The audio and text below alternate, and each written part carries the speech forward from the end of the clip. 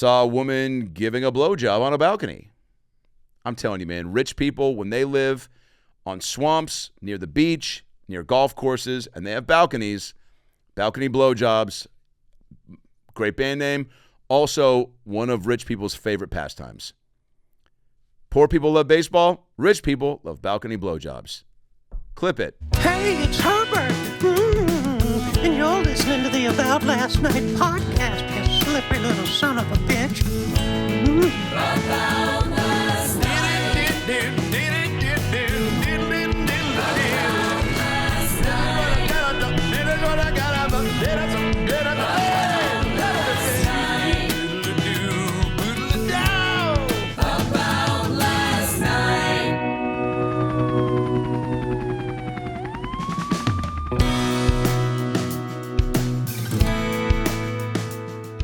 Welcome back to the show. Can you tell I'm dehydrated? Maybe I'm hungover. I partied with billionaires this weekend. South Carolina, home of Dawson's Creek. I think that's where Dawson's Creek was filmed. Somebody's got a creek out there, and there's kids fingering each other in it. I never watched the show, but I'm a big James Vanderbeek and Josh Jackson fan. Josh Jackson, fun fact, we'll put his picture up right here. Josh Jackson, we all know him from Mighty Ducks. If you don't, be younger. But he's gone on to have an illustrious career as an actor on so many shows. He's usually on shows where he's getting cheated on or he's cheating on. So he's that guy that's like right in the middle where you root for him either way. You're like, oh, I wish he wasn't getting cheated on. But then when he's cheating, you're like, he deserves to get to fuck right now because his marriage sucks. So he's paved out a nice career for himself. Speak of the devil, Josh Jackson. Just kidding. He's like, stop talking about me. Or he just texts back, quack, quack. So I was in South Carolina doing a corporate gig for a company called Sheets. They did a big charity golf tournament, and they usually have athletes come and speak and do a Q&A. They had John Elway and Dan Marino, who are hilarious. And so they decided to mix it up and have a comedian come through. And so here comes old Jew face walking through the doors. Corporate, private gigs, however you slice it up, are tough. Any comedian will tell you, you're not set up to fail because it was in a nice little ballroom thing. There was about 400 people there. Mostly dudes. I walked in, I was like, hey, can we get some more fellas up in here? That got a good laugh just right out of the gate. There was a sign that said, beware of alligators crossing, which I thought was interesting. And then it said, it's mating season. And so I said, man, guys, I was already coming in, ego boosted from having a good hair day. And now you're telling me these gators might try to fuck me? Got a decent laugh. Just breaking the ice. Tried to let them know, hey, this is what the show is going to be loosely attached to. Then I started razzing and roasting some of the employees. One in particular, who's the grandson of the guy who started the whole Sheets company.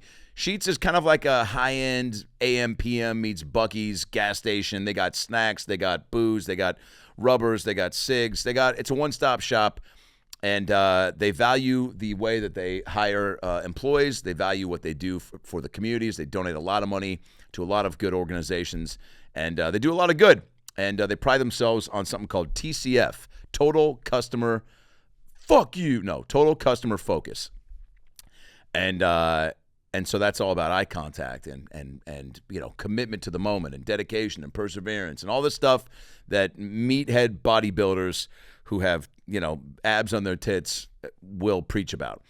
That's what Sheets is all about. Doing right by the customer.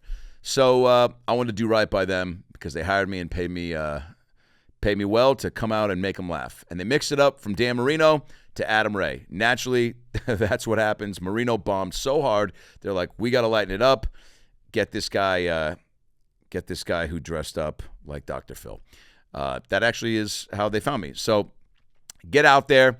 It's about an hour from Charleston. Never been to Charleston. Shout out. That's where my boy Adam Devine is at, currently shooting Righteous Gemstones. Beautiful, beautiful. Countryside. Feels like Forrest Gump vibes, you know what I'm saying? Deep South, a lot of green, a lot A lot of lakes, a lot of ponds, a lot of gators, a lot of people. Hey, I'll tell you what. I'll smoke some American spirits, get some nice ice cold lemonade, and to talk to my daughter's friend. Not like that unless she's into it. Everyone's just trying to go about their day, live it up, YOLO every corner of the evening. So, drive an hour to Kiowa Island. Sounds fancy because it is. And the hotel is called the Sanctuary, which, for me, Sanctuary, I know that to be where kangaroos and koalas hang out at in Brisbane, Australia. But this is a hotel that's got children and drinks and a nice spa. Man, the steam room sauna combo was on point. You never like going to a spa where the steam room sauna, you have to like wait and turn it on, or it's broken. There's some sign up that says don't jizz in there. There's always a ton of rules and a ton of problems that need fixing. Nah, not this place. Sanctuary came correct. I walk in, there was a girl named Zelda. Why do I remember that? Because her name was fucking Zelda. One of the best Nintendo games of all time. One of the sweetest gals I've met in Kiowa Island. And I walk in, and Zelda goes, you know what? We're closing at 4. That's in an hour. Why don't you mosey on in there? She said mosey because she's from the South. Into the steam room sauna combo and enjoy yourself. But remember, no jizzing. She didn't say that, but it was implied. I pop back and forth, steam, sauna, steam, sauna, sauna, steam, steam, sauna, sauna, steam, sauna, sauna, sauna, steam. Man, I was feeling good. Probably flustered and hot and dehydrated, and it was not. I was in there too long, but I get out, sweat out all my demons, and then cleaned up and went down to the showroom, and they got me some nice food from their restaurant, a little roasted chicken, little filet mignon. And then I'm sitting there, and it's packed. And they have a guy named Travis Sheets welcome everyone to the event, tell them about the shoot-off that happens the next day after everyone's round of golf at these beautiful courses, which I stuck around to play it. We'll get to that. And it was awesome. The intro sucked. I'll give you that. But these guys, they're that's not what they do. What they do is provide total customer focus. This guy Travis goes, hey, tomorrow is the big shootout where 12 golfers who are the vendors that help donate a lot of money to Sheets and who they sell to and the cigarette people, and Four Loko was there and Red Bull and all this. And I think I made a joke about Red Bull doesn't give you wings, it gives you palpitations and whatever. I'm hitting everything. And Travis goes, but now it's time for comedian Adam Ray. No intro, no nothing. Picture me pops on screen. Foo Fighter starts playing, which I love. And now they have to remove a giant podium from the stage and then bring my mic on stage. I'm like, this is the weirdest, most awkward lull in between announcement and me hitting the stage. So I just run up, I grab the fucking mic. It's not working. And then I just go, good night, everybody. And that got a little laugh. Song gets quiet. I take the mic out. I start getting into my act. Roasting and toasting people. And I did what I do. My show is a nice blend of material, crowd work material, planting seeds, weaving it all together at the end. Again, I think I've mentioned this on the pod before. The first headline show I ever saw was Patrice O'Neal at the Punchline in San Fran, which I will be at August 1st through the 3rd, San Francisco Punchline. Tickets at AdamRayComedy.com. Patrice O'Neal, a legend, R.I.P. I saw him sit on a stool at the Punchline for 2 hours plus and beautifully weave material and crowd work together like I've never seen before. And I go, dude, that's what I want to do. And fuck, that's what I'm doing. That's what my show is. And it seems to me the most fun way for me and the most fun way that I would love to consume comedy if I were a spectator. So I'm doing that on stage, and it's going well. I'm roasting the grandson. I'm roasting his sister, who was real lippy and real boozy, but affable at the same time. And we had a good time, man. And I felt good about it. And these shows, again, can be such a roll of the dice because, they give you a few things to say and don't say, but I kind of had free reign. The people that booked me, shout out to Britt and Jenna and Britt's guy Nick, who Kill Tony fans and saw me doing Dr. Phil at the arena show in Austin last year, really wanted me just to do my thing, and that was great. That let me feel comfy. But you still got to read the room, man. You can't just get up there and start throwing darts. You got to there's some edgier things I wanted to do, but I go, it's not the place for this, man. They want to be entertained. They're here. They're after this, we're going to the bar and we're getting fucked up, and that's what happened. Show goes great. And I really took a moment at the end to kind of give them a nice shout out and give them their flowers about all the good work they're doing for kids. And I did make a comment at one point because they do this thing at the end of the year where they give 12,000 kids $200 a $200 shopping spree. Underprivileged kids to go get some toys for themselves. A great move, very sweet, generous, all that. And I go, now I did notice you guys do that for Christmas. Do you have any Hanukkah giveaways? It's kind of silent. I go, I'll take that deafening silence as a no. So maybe next time just put a fucking menorah on the stage and let me know that you guys at least recognize the members of the tribe. I did say, I used to write letters to Santa, and he wrote me back one year. He said, aren't you a Jew? And I'm not sure if it was Santa because it didn't even sign his name. It could have been our anti-Semitic neighbor that just was trying to just make small talk. But yeah, that was an interesting moment, but they giggled through it. And then we wrapped it up. I gave them their flowers, and we went out and got fucking hammered, dude. I was running on fumes, but I think sweating out all the demons from the spa-sauna combo really got me rested. And I think the adrenaline from knowing that I did my job and I didn't just, collect a check made me want to stick around and hang. And then they were all so sweet, and there were tons of people that were there that were fans that were, chumming it up, and then others that were, I never heard of you, and, which is always funny. I never take it personally. I'm like, well, great, hopefully new fan now. And sometimes I'll throw it back. If they do say it in a condescending way, sometimes I'm like, well, I've never heard of you either, man. So, this is perfect. And they're like, okay. And so we had a good time.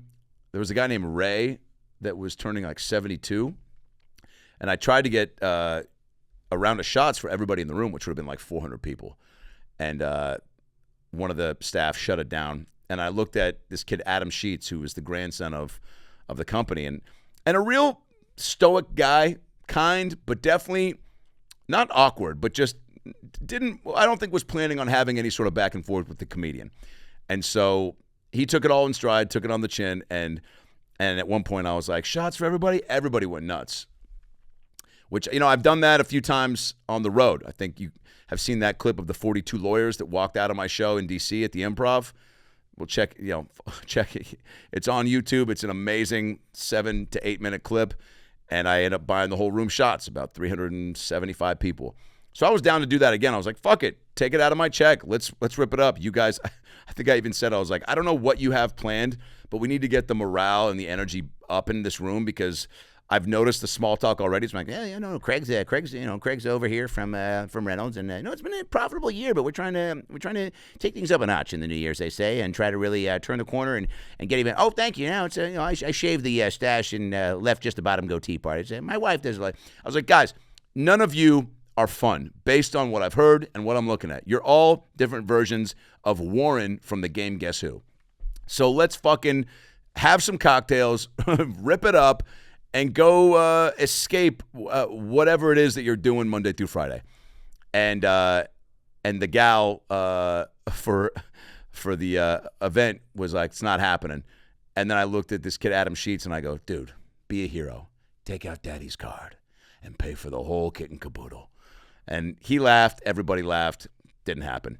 But we went out after and got shots. And this guy, Ray, who was turning, I think, 71, 72, came up, gave me a shot. That was one of probably 7 shots I took over the next 3 hours. I was fucking hammered.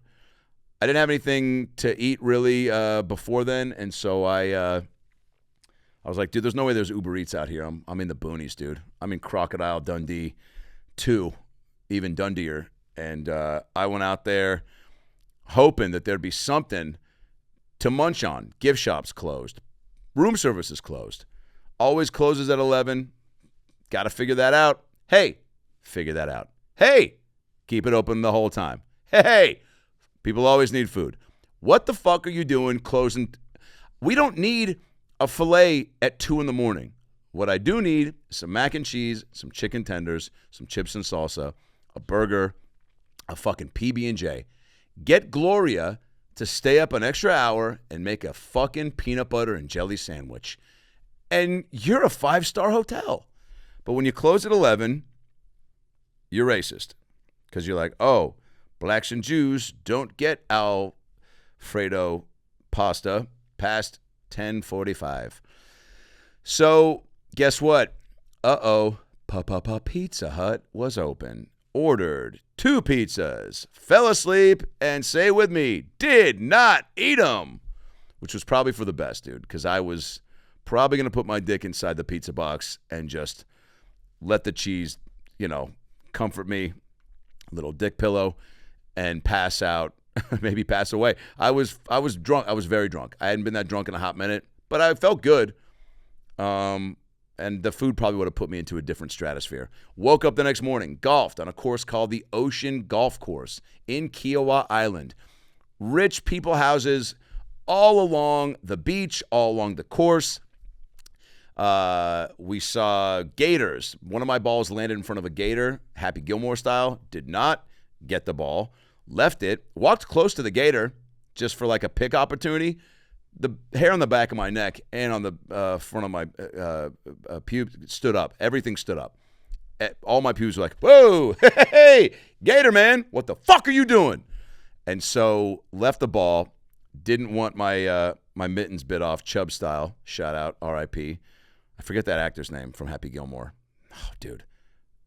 Classic actor. Anyway, that was terrifying. Saw a woman giving a blowjob on a balcony.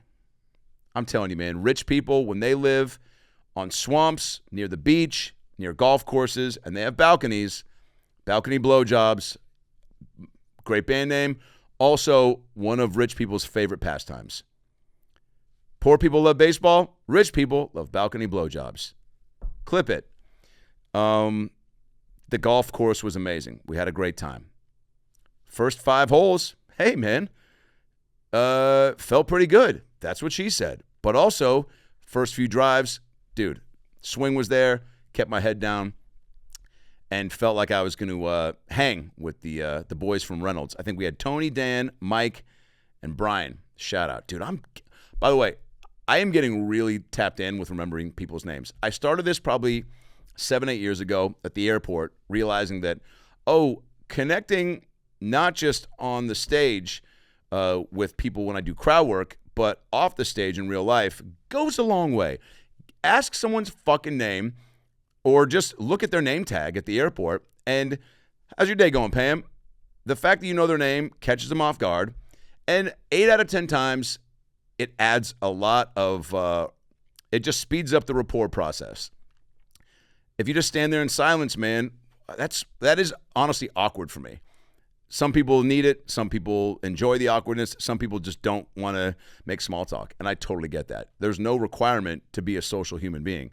There should be, because you'd get a lot more out of life in every moment. So when you chum up a stranger, they're more apt to want to step up to the plate or step up to the streets for you. So I did that with these fellas. I do it obviously in my shows, and they were all great golfers. I mean, they were ripping the shit out of the ball. And then finally I just tapped out on the last 2 holes. And then went back and had a few cocktails with the rest of the troops, and emceed their little $20,000 drive off. 12 people, again, these vendors from Red Bull, Four Loko, Pepsi. They all went down to the beach and got one shot to get as close to the flag as possible without going over. And some kid named Eddie Williams from Hershey won $20,000, college kid. Mustache barely coming through. Looks like he brushes his teeth twice a week. There was a girl named, I think, Dana Jones. How do I remember these fucking names, dude? Kids, you can't smoke pot and have a short-term memory. I'm fine. So Dana Jones walks up, no shoes. I'm on the mic. I'm razzing everybody as they go up. I go to this one guy, Bobby. I go, Bobby cuts his own hair. Fun fact. This guy's got 2 laptops. This guy says his own name when he comes. And then I'm like, oops, there's kids here. Kids come and then I go, you'll learn about it in a couple of years. And then Dana Jones goes up there with no shoes. And I go, anyone who's got a foot fetish, this is your pick to win. And then I made a call back to the Adam Sheets kid, the grandson of the guy who owns the company. He wasn't there, but got recognized by a couple fans on the beach. That was cool. One woman was like, while they were figuring out who won, she goes, "Tell us some more jokes, funny man." And I almost turned around and like really roasted her on the mic, but I just, put it down and I was like, they're trying to figure out the winner. I don't want to get in the way or whatever. But it was really, I think the first time in a while that I've been on the receiving end of, tell us some jokes, funny man. But this bitch was fucked up on the beach, enjoying her vacay. She was sprawled out. I mean, her bathing suit didn't fit, so I already was giving her benefit of the doubt, And she was sprawled out in a way that was like, oh, she was probably driving home or staying at the on the hotel grounds. But she was sweet about it. I think she just wanted to be entertained. She was loving it. She didn't think that she was going to have entertainment during her vacay at that point on that day on the beach. So I get it. So that was a great time. Now, this all, by the way, again, shout out to Sheets and all you do. Had a great time. Hope to see you again. Maybe bring me out for a Dr. Phil appearance. I don't know. Will it cost you more? We'll figure it out. Hey guys, Adam Ray here for the About Last Night podcast. Hope you're enjoying the episode. Today's episode is sponsored by Bespoke Post. Well, spring is just around the corner. Time flies. It does, Grandpa. The best box you'll open all month, that's what she said, is the Bespoke Post seasonal lineup of must-have Box of Awesome collections. What's in the Box of Awesome? Well, carefully chosen gear from the best brands all around the world. What did I get? Well, I got a cocktail smoking and infusion kit. I got a hoodie. I got an axe. And I got a nice suitcase. A duffel bag. What catches your eye? Well, all the stuff that they got is for you. You can drink and eat more awesome. You can dress and travel more awesome or explore more awesome with the Box of Awesome that has you covered this spring, well into summer and the fall. To get started, take the quiz at boxofawesome.com. Your answers will help them pick the right box of awesome for you. That's right, you! It's free to join, and they release a new item every month across a ton of different categories. And look, when you become a member, you'll have access to stellar discounts across a plethora of products. I don't use plethora that often because it sounds like something that's inside your urethra, but it actually refers to a bunch of products that are awesome, right? We're talking 30% off or more sometimes. Plus, with each Box of Awesome, you're supporting small businesses, and that's always good. 90% of everything that comes in your Box of Awesome is from a small, up-and-coming brand. It's free to sign up. You can skip a month or cancel anytime. All right? There's no pressure. Just start feeling better and looking better and tasting better. That's what she said. Get a free mystery gift with your first monthly shipment when you sign up at boxofawesome.com and enter the promo code ALN at checkout. That's boxofawesome.com, promo code ALN for a free mystery gift with your first monthly shipment. Boxofawesome.com, promo code ALN. Do it. Talked to some interesting people. Got into a political debate with one of the fellows. Oh, really? An old white rich conservative guy was in South Carolina, and that got a little testy. We were throwing him back. We had just taken a shot of tequila. I don't even know how he brought up I think a lot of people want to ask a comedian, dude, how do you even go up right now? Dude, how do you even talk? How do you even say what you want on stage without feeling like you're going to be fucking canceled, dude? I mean, you can't even say the N-word, can you? Well, no, you can't. And you shouldn't. And just the fact that you said that lets me know everything I need to know about you. But, I don't feel like I'm where I'm at. I'm not trying to actively push the envelope. I talk about what interests me, and I try to make it as funny always wins. And I think everybody can attest to that who's on stage consistently. Funny always wins. It's also intent and purpose. If you're doing an edgier bit, even some of these edgier topics it's all subjective, right? When there are school shootings and people make jokes, I don't find that funny, but that's me. But, I even if I don't laugh, I could be like, oh yeah, I'm at a point where I'm savvy enough to be like, I get the joke, I get what they're doing. Just for me personally, I get really affected by those things. And I also go out of my way to look at pictures of the kids and the victims. And so I get, overly invested to where I can't find anything funny about it. Now, people that are not doing that can maybe see it just on the surface and then be able to separate and make a joke and feel compelled to even do that for whatever reason. To each his own. It's not worth griping and getting up in arms about, because that's the other thing that I told this guy before I walked away, when he was like, dude, Hunter Biden just like that. I was like, yeah, and Trump's, it's crazy. They're both crazy. It's old and tired versus old and evil, and take your pick. But obviously for me, I don't know.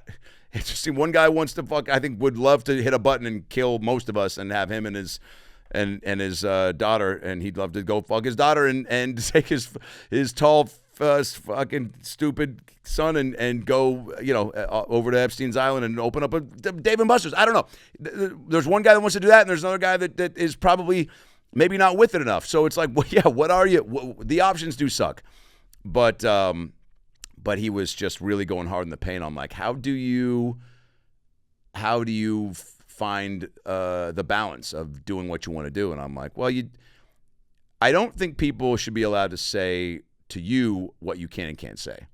But what you have the right to do is to like something or not like it. And at the core of it, that really is it. And it's not too much more complicated than that.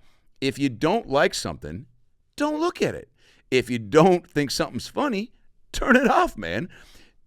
But you don't get to. It should be illegal to tell someone, I don't think that's funny. You can say that, because again, freedom of speech. And when people come up to me after shows and go, I didn't like your bit about whatever, I go, cool. I'll take it out. Thank you so much for your feedback. Cool. Then I'm assuming then you didn't laugh at it. I did not. Great. Sounds like you did exactly what a person would do that didn't like something. You wouldn't show your admiration or enjoyment towards that thing. If I saw Goofy beating a fucking tiny Latino man at Disneyland with his giant Goofy shoe, bad example, I would laugh. I would laugh very hard. I'd go, holy shit, what transpired and led to the guy dressed as Goofy to take his fucking goof shoe off and beat the fuck out of Pedro. But then I would also be like, that's fucked up. Is someone getting that? Okay, send me the link. But that's fucked up, and I don't support that. I don't support violence, especially on especially on someone who paid hard-earned money to take their family to Disneyland. They expect they're not going to get beaten down in front of their family by a famous theme park character. I digress. If you don't like some, hey man, leave it at that. I don't like that. Cool. Whatever happened to taking it to the grave? You don't have to say everything you fucking think, dude. You can keep some stuff in your head and not say it out loud. How long have I been going, by the way, Cole?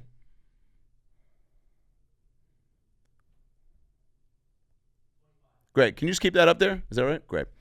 25 minutes in, dude. I feel like I didn't even take a breath. But, I was jamming. I had a little bit of a game plan when I came in. I go, I'm going to talk about this and this and this. But I didn't really think about it. And I really kind of dig that way of doing these solo eps. Just fucking off the dome. I knew I wanted to talk about those moments and those events. But I also wanted to kind of let my brain go, well, dude, if this was that memorable and important, you'll fucking remember it and bring it to the forefront and say it into the mic. Now, before South Carolina, I went up to Seattle for 2 days because I went to Boyz II Men. I went to a Boyz II Men concert with my sister, my brother-in-law, Dirte, and two of my best friends, Adam French and Colin Sullivan. Shout out. Sean Stockman, who I've gotten to know. Met him at the Wayne Brady Show. He did the podcast. Check out Sean Stockman's episode of the About Last Night podcast. It's one of the best episodes. My boy Adam French said him and his wife Kim listened to it on a drive up and just said it was, who isn't a fan of Boyz II Men? If you're not a fan of Boyz II Men, delete my number and go fuck yourself. So, and not in that order. It was incredible to have a voice that's still intact 30 years later and sounds just like it did 30 years ago, if not better, is wild. And Nate and Wanye and Sean of Boyz II Men played the Muckleshoot Casino in Auburn, Washington, and took an early flight, landed, went straight to my sis in Dirte's house, played front yard baseball with my nephew Jackson for about 3 hours. The kid is a beast. He's a beast, man. I was throwing him meatballs and he was hitting homer after homer. Then he started throwing me these bullshit way outside pitches. I was like, you suck. And I was like, I will shove you into the fence. So I didn't say that, but I thought that because he was pushing my my patience. But I love the kid, dude. He's so sweet. I think I've told this before. His voicemail is this. You call it and it goes, oh shit, they're coming. Oh shit, I gotta go. Fuck, they're almost here. Oh God, they're gonna get me. Fuck. To leave a voice message, press 1. That's a 9-year-old boy's voicemail. I digress. Played some front yard baseball. Adam Colin show up. I organized a car service for us, so none of us had to drive. We brought a cooler. We brought booze. We drank on the drive because it was an hour and 20 minutes to Auburn. We get there. Only had 4 tickets instead of 5. I fucked up. Hit up Sean 20 minutes before showtime, which I did not want to do, but desperate times call for desperate measures. He gets right back, takes care of it. We're all good. We're 2 rows back. It's awesome, dude. They came out. They're ripping it. Played a hit 2 songs in.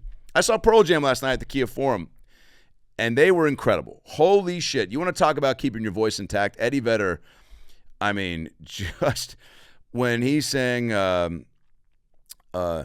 understand, did I say that I love you? Oh, did I say that I want you? Oh, did I do that I did? Whoa, no one in this more than me. And I don't be that in the down of hand, and I'm on the phone to fan. Yes, I understand that a life must end. Oh.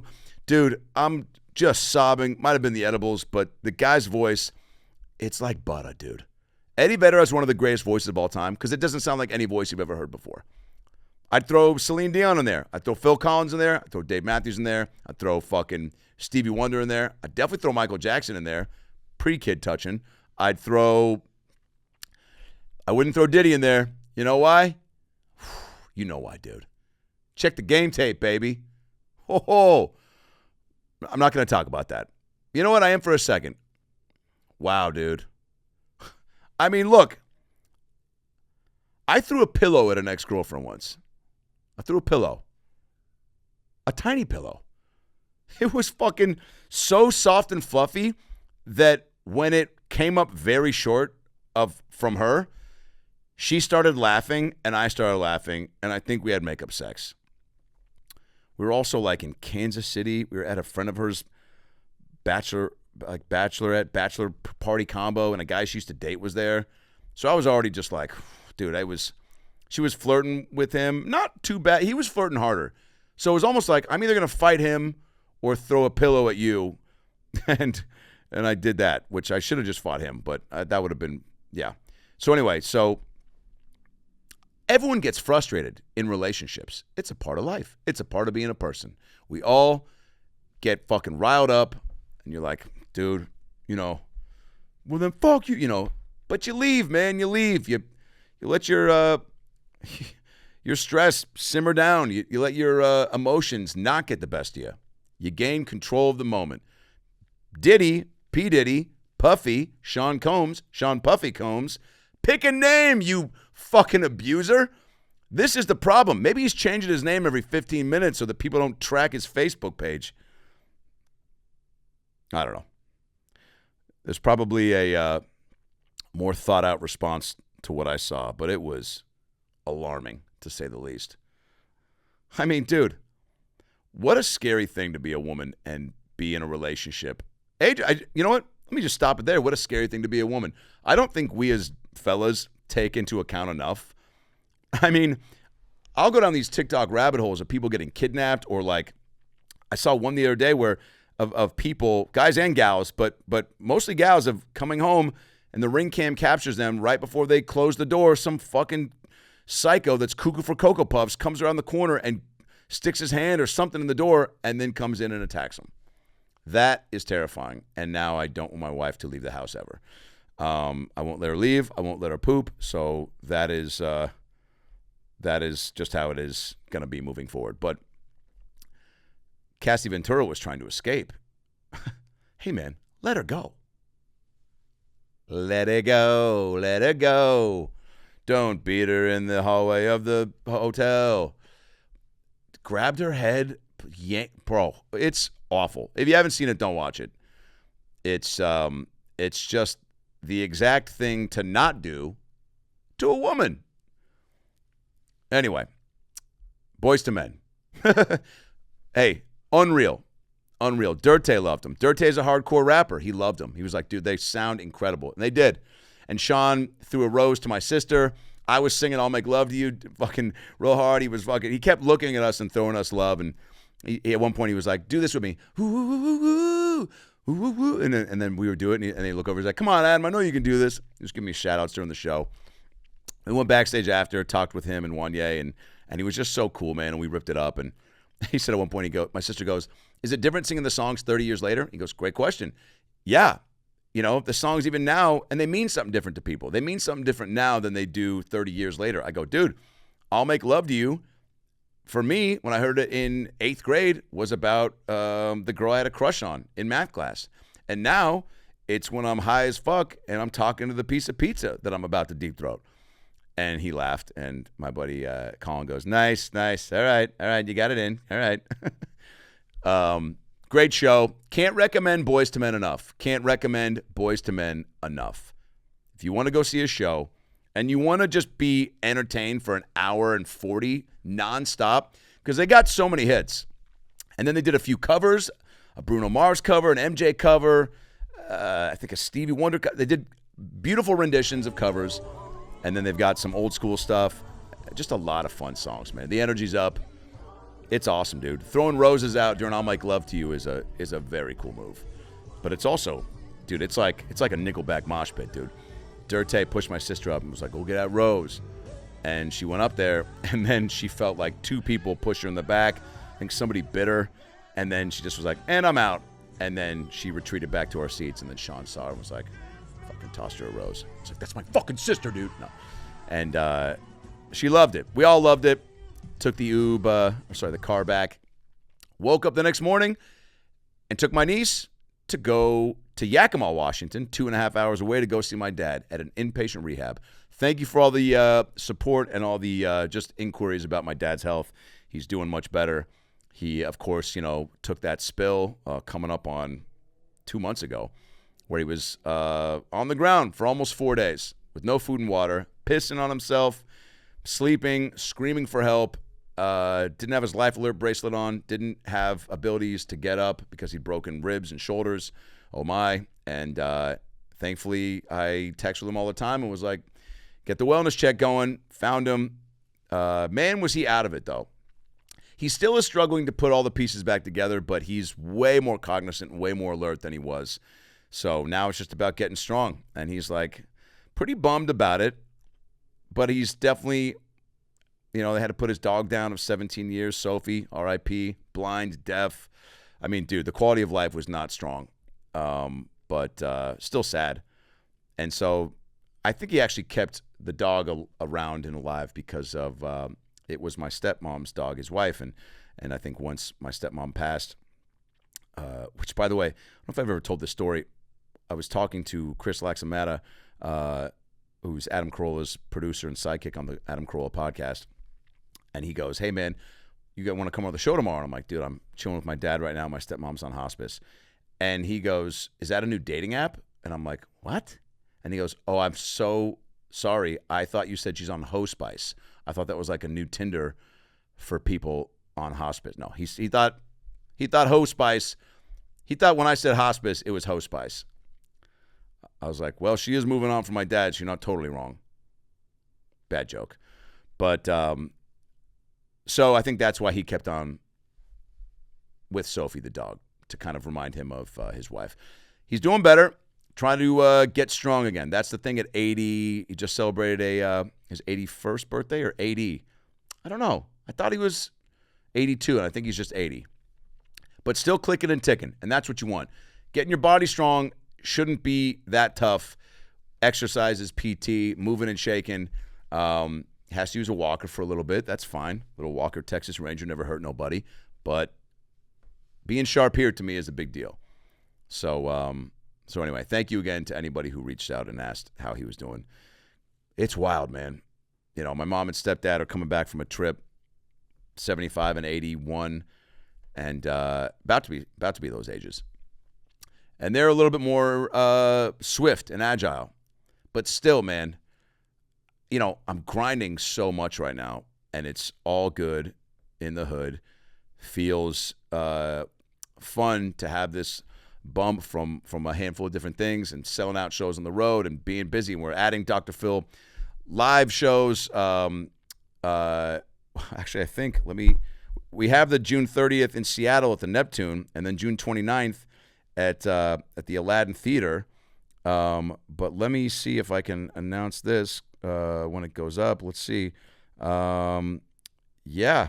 Okay, so when you guys get this, we've added a late show in Portland, a 10:30 show at the Aladdin. Dr. Phil Live sold out the 8 p.m. show in about 30 minutes, so we have added a 10:30 show at the Aladdin Theater, June 29th, Dr. Phil Live. I locked in the guests as of 2 days ago. All I can say is you should buy tickets to the late show. June 30th in Seattle at the Neptune, and then I believe we're going to be putting some more dates on the calendar for a live Dr. Phil show, Dr. Phil Live, on the road and see how that goes. Some venues are bigger than probably we should do, but fuck it, man. So again, all of that moving and shaking is great. Trying to just take care of myself, get as much rest as possible, but at the same time, hey man, YOLO, and also definitely making me more aware of like, I don't know when the next time I'm going to drive all the way out to the boonies to see Pops, but I got to do it sooner than later. Because when he was in Salem, Oregon, I was able to parlay these Portland shows and trips out there and go see him, but now it's a little bit more of a drive. But my brother lives out there who just graduated medical school. My brother's a doctor following in his dad's footsteps. What a crazy thing. It's going to be a family doctor. And so, yeah, gotta make more time for the folks. I think everybody says that. That's the one thing I hear or see when people post about losing a family member is just like, man, hug them, spend more time with them. That is true. Unless you hate your parents. Some people hate their parents and didn't have a good relationship. And so they're just like, fuck it, dude. Karma's a bitch. You know, you fucking, didn't make me lunch when I was in elementary school, and now you're fucking, you got hit by a bread truck. I don't know. It's everyone's story and path is different. It is wild, though. It's like, I know some people that want nothing to do with their folks, but you know that affects them, because I think everyone, you want to have some relationship with at least one parent. I felt it was almost greedy when people were like, "Oh, you sad that your folks split?" I'm like, I've reconnected with my dad. Really in college. I'd say yeah. When they split, and I was 8. I'd say from 8 until about 18. Yeah, man, there was a nice 10-year gap where I didn't feel close with him. And then mom just stepped it up, and that's why she's the GOAT and Putin is my hero. I've said this many times. I'll say it again. But then you just get to a point and you're like, I'd rather have a relationship than not. So I'm going to patch this up and go out of my way to stay connected. Because, again, to each his own, but for me, I don't like to have, even with some comedians out there, which I wish I could say their names, I've had some beef with a few people. It was all on their end. If you know me and you know how I operate, I don't hate anybody. I have gotten to a point where I'm pretty good at killing it with kindness and also not taking it personal. You got to get to a point to where you go, you don't got to be buds with everybody. You should be kind to everybody. That's not tough. It's not, and some people have different versions of that. When I go to the Comedy Store, I try to chum it up with everybody. I don't just, if I'm running in late to a set, yeah, it might be a quick, hey, what's up? What's up, Coop? What's up, Logan? Whatever, But try to chum it up with people. Give them the time of day. It's weird to not. You're around so much. Why wouldn't you? But some people just in and out, man, and that's fine. There's, but you can still be kind through that version of your socializing. But there is one person that I'll never say, but ooh, they grind my gears, baby. And yeah. And I don't even say they're a comic, I guess. Yeah, but they're not a good person. They've done a lot of shady shit, and they have no remorse about it. And they've talked a lot of shit. And I think that's the issue that I know about. I don't know if this person knows that I know, but man, what a bummer of a human. I'll just say that. I'll leave it at that. And you can hypothesize. I'll never say it. Maybe I'll say it. Fuck it. Who knows? You know what? I won't, because that's just and this is also why I haven't gotten into it with said person, because it's not worth it. I think they would get off and enjoy some sort of razzle-dazzle back and forth. Speaking of razzle-dazzle, I'm going to take this moment to announce next week you'll be hearing a very big announcement, but I'm going to fucking say it right here. June 16th, my special, like and subscribe, will be dropping on YouTube. June 16th. Shot it at Comedy on State in Madison, Wisconsin. June 16th, which is also, say it with me, your birthday. Happy birthday to you. Happy birthday to you. Happy birthday. The black version of Happy Birthday is way better than the white version. Said who? Everybody in the world. It's just full of life, full of pizzazz, passion. The white Happy Birthday sucks the energy out of the room. Nobody can fucking sing on key. And you always forget the person's name or what version of name that we're going with, right? If it's like Rob Johnson, everyone's like, do we call him fucking Rob Ja? Is it RJ? So it gets that happy birthday to you, happy birthday to you, happy birthday dear Rob, and then some people are like RJ, just fucking, we just cross streams, and it sucks, and no one's ever fired up. It sounds like you're singing some like weird ass backwards sacrificial like. You're going to sing that song and then push somebody off a plank on a pirate ship. That was a very specific image I just saw. But like and subscribe is the title, based on my nephew smacking me in the balls and going, like and subscribe. I just felt like that was a catchy title. And the special is fun and upbeat, and it looks good and it sounds good. And shot by my boy Jesse, edited by my boy Jason. And I can't wait for you guys to see it. Very proud of it. Comedy on State, Madison, Wisconsin. Shout out for the hospitality. And June 16th, YouTube. You'll hear more in the coming weeks and see more in the coming weeks. I think there's going to be a 2-week on June 2nd. You're going to be able to buy it online before it comes out if you want early access. I was advised to do that, so that's what we're going to do. But you don't have to do that. You can wait 2 weeks. But if you are digging all this shit I'm putting up, all the free Dr. Phil stuff and all the stuff, then maybe you want to grab it early and enjoy it a couple weeks early. And if not, no hard feelings. Like and subscribe. June 16th. Mark your calendars.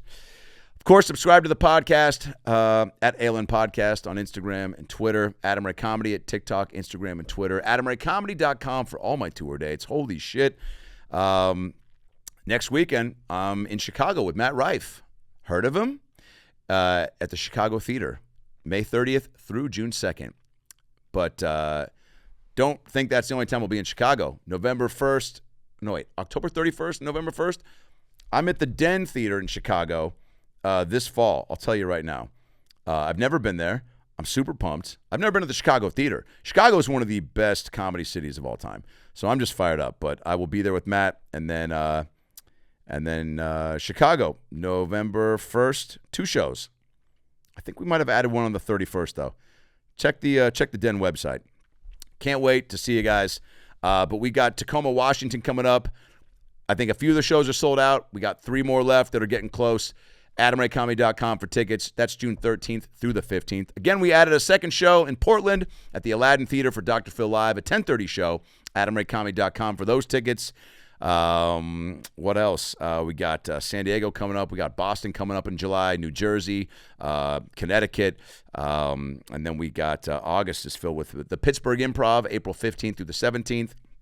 And then September is, holy shit, the Buckhead Theater, September 12th. We got Columbus, Ohio, September 13th and 14th, September 25th through the 28th in Minneapolis at the Acme Comedy Club, and September 7th, of course, at the City Winery in St. Louis, Missouri. And London. London's on sale October 23rd at the Leicester Square Theater, first time performing in London, and August 11th in New York City at the Gramercy Theater, first time there as well. All these tickets at AdamRayComedy.com. Hope you guys had a great day. Hope you enjoyed the episode. Enjoy the rest of your week. Have a nice weekend. And we'll see you next week on the About Last Night podcast. Like and subscribe June 16th. Like and subscribe to this podcast. Of course, all the Dr. Phil episodes are on YouTube. The next one drops May 28th from the Mothership. We did 2 at the Mothership. One is already out with Tony Hinchcliffe, William Montgomery, and Cam Patterson. You guys have been loving it. It's almost at 1 million views on YouTube. But the one that drops May 28th, oh, baby, Harlan Williams, Brian Simpson, and Heath Cortez. Enjoy it. Love it. set your calendars, mark your calendars, set your lives. I don't know. May 28th, I believe that is a Tuesday, for the next Dr. Phil Live from the Mothership. Harlan Williams, Brian Simpson, Heath Cortez. It's going to be great. I can't wait for you guys to see it. Subscribe to my YouTube as well, right there, Adam Ray Comedy on YouTube. More shit coming. Appreciate the love. Appreciate the support. I'll see you guys on the road. Enjoy the rest of the week.